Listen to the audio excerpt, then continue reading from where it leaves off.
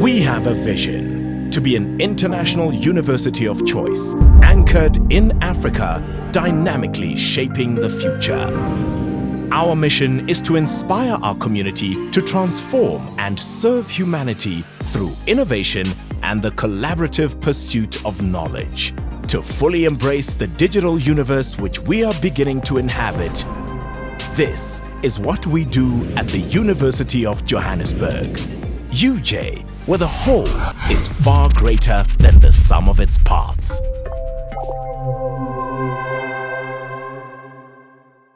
Next of our presentations, which is from Sabinet, and they are going to be talking about their products, and then we will move on to the next of our sponsors. So we're going to have some time to hear from our sponsors who always have such wonderful and interesting products and ideas to share with us. Arif, thank you once again. Thank you for the opportunity to quickly run with all of the delegates through a journey of discovering the core of African research information with Sabinet African journals. My name is Christelle Frahm-Arp, and I'm the advisor for our international markets. Sabinet African Journals proudly brings African research to the world. It is the most comprehensive, searchable collection of full-text African electronic journals available on one platform. Reliable research that offers more than 500 African journals, including the African Journal Archive. The platform was designed with the end user in mind and, as such, is simple to use. After logging into www.journals.co.za, simply use the search bar to search across all content, or use the A to Z drop-down menu for a full list of available titles. Content is further divided into 9 collections, namely Open Access, Business and Finance, Education, Labor, Law, Medicine and Health, Religion, Science, Technology and Agriculture, Social Sciences and Humanities, and Jutas Law journals. The African Journal Archive is a retrospective open access journal service containing African journal literature dating as far back as 1906. All publishers of Sabinet African Journals content are listed alphabetically. Sabinet African Journals also includes a full resource center for librarians and a comprehensive user guide. Sabinet African Journals, for African research you can trust. Even in these unprecedented times, the global discourse on African continues to explore what it means to truly be, to belong and to become in Africa. For over 3 decades, Sabinet has added its voice to this conversation through collecting and disseminating quality Southern African information for researchers and scholars across the globe. No one can be as committed to the transformation of Africa than Africans themselves, those who have the richness and diversity of the continent running through their veins. It remains our focus to grow the African footprint through making the core of African research available to the world.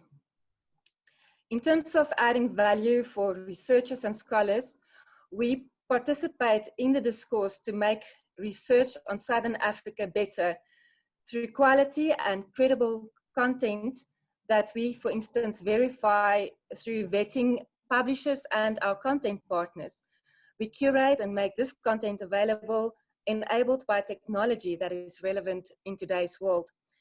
Further, we offer researchers and scholars value through authenticity and authentic representation of Africa and specifically Southern African research. I understand that most of you that are joining the call might be, involved in a library or your academic institution in one way or the other. So we do have conversations that we're currently having with the library with regards to open access as well as research publishing. And one of the tools that I'm going to talk about today is what we call Chronos. And currently, the academic publishing landscape finds itself in what we interpret as the relationship or working in silos. So the complexities of these different stakeholders within the research landscape, which is funders, publishers, authors, as well as institutions, is that they're increasingly finding themselves in an environment where they constantly inputting the same data in different tools or different platforms and solutions that they subscribe with. All these different stakeholders, even though they're in the same environment, they are working with different information, working with in silos to an extent where there's a lot of repetition of data that is out there. So we find ourselves now needing a solution that is going to streamline all these processes. So for researchers, there's a complex approach in terms of trying to find, first of all, journals that are compliant with your funders, journals that could be compliant within your environment, in your institution, within your country as well, number one. Secondly, trying to identify open access journals that are of high value, high impact, and staying away from predatory journals in the same process. So researchers find themselves spending more time in trying to identify these journals, in trying to streamline processes for themselves and being compliant with institutions and funders. For institutions, all these different systems that are in place have to somehow be manually inputted. And this becomes increasingly complex, increasingly time consuming as well. So for publishers, in the same breath, they have to deal with invoicing, where there's a complexity of invoicing, particularly when it comes to manuscript handling. Publishers typically prefer that the manuscript is submitted and payment for APCs are submitted together with that. So should the manuscript be rejected, then there is another workflow that needs to take place where there is credits that need to be paid back, etc. So that becomes increasingly time consuming as well. For funders, the biggest challenge is how do they actually check that the grantees are compliant with the funding or grant approval policies. So because all these systems are working separately and there is no way of actually making sure that the grantees are, first of all, publishing in subject areas which that particular funder has got interest in. They also making sure that the grantees are actually publishing in open access journals or making that particular research available.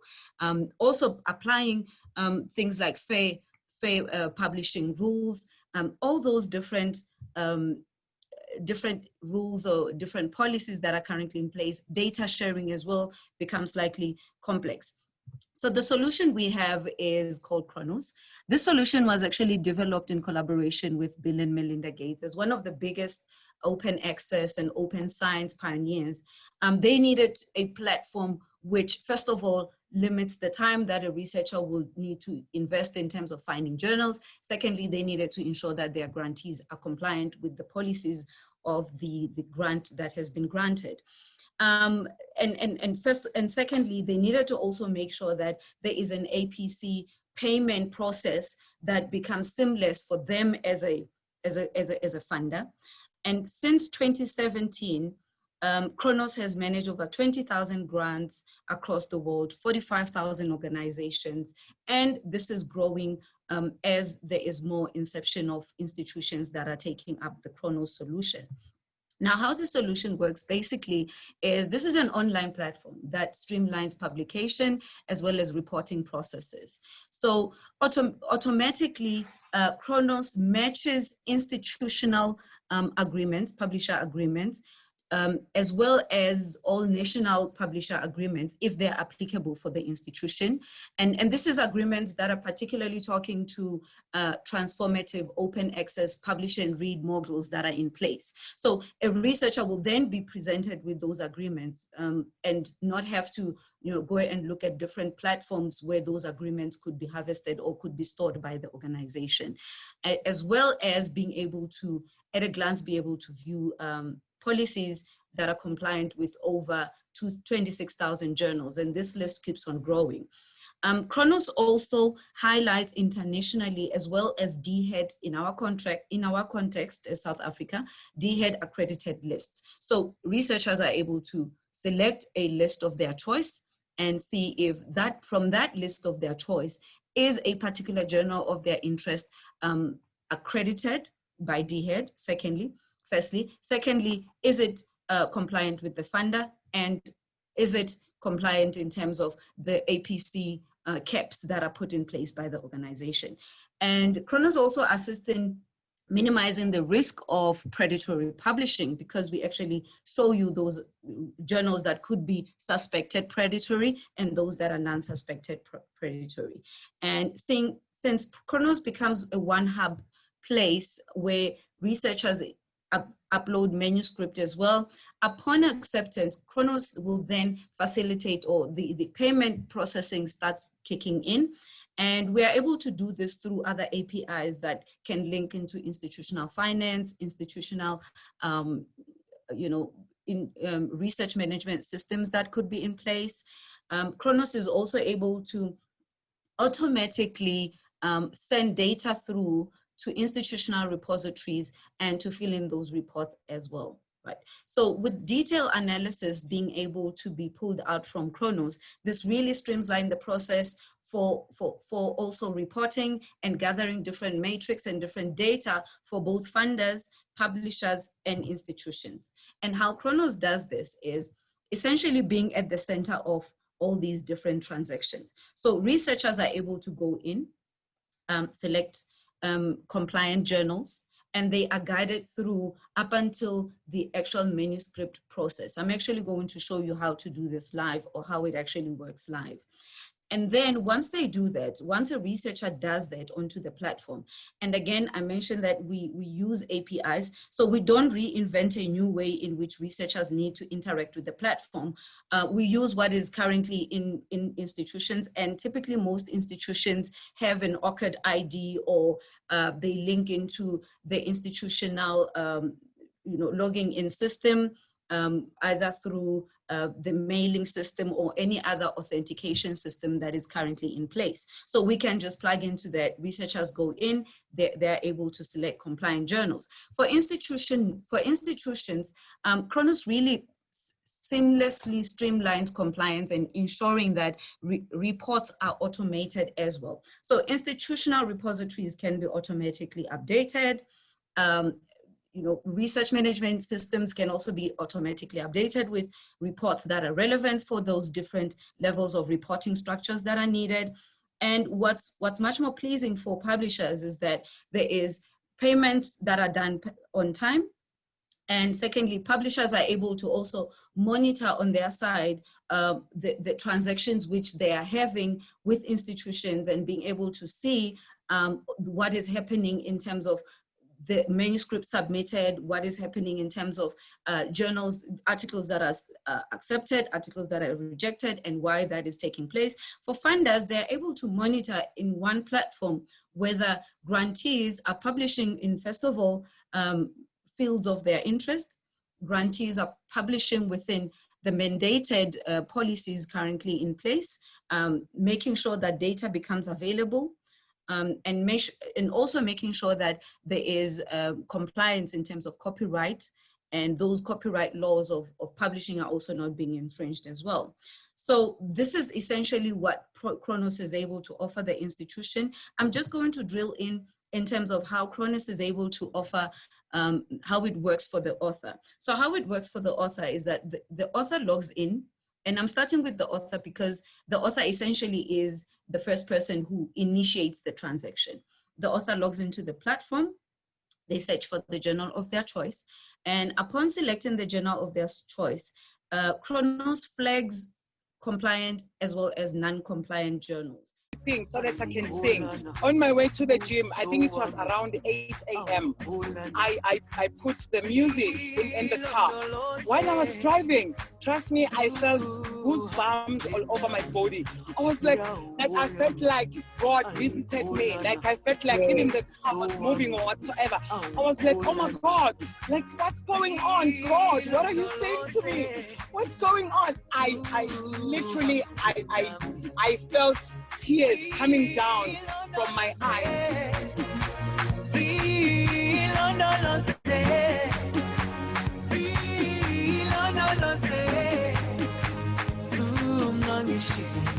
The University of Johannesburg, the future reimagined. So while we wait for the rest of our colleagues to join us, we were very excited by that Women's Day event and hearing how the story of Jerusalem and its birth came about was a wonderful moment of inspiration for us at UJ. And as you saw from the clip, there were all sorts of different people at UJ, from lab technicians to people that were working in our protection services, who all got together and started to dance and sing to Jerusalem. And we had a wonderful event where, on an online platform, we asked all sorts of different departments and faculties to have online competitions with each other as to who could do the Jerusalem song the best. And I think that's been one of the interesting things about COVID, is the way that we have all been in a crisis together and have found ways to unite ourselves and to remind ourselves that we are all in this together and we are supporting one another and we are a community. For me, one of the exciting things about this conference has been to really think about ourselves as a community not just in a geographic space, but much more of an international community. And last year when we had our conference, we would never have been able to have so many speakers from all over the world, quite simply because we wouldn't have been able to afford to bring so many people in. And all of a sudden, thanks to COVID, we're all on Zoom and we're able to have this incredibly informative conference where we are hearing from speakers and their experiences all over the world. And that has definitely enriched us here at UJ, and I'm sure is enriching you wherever you're listening to this conference from. The University of Johannesburg, the future reimagined.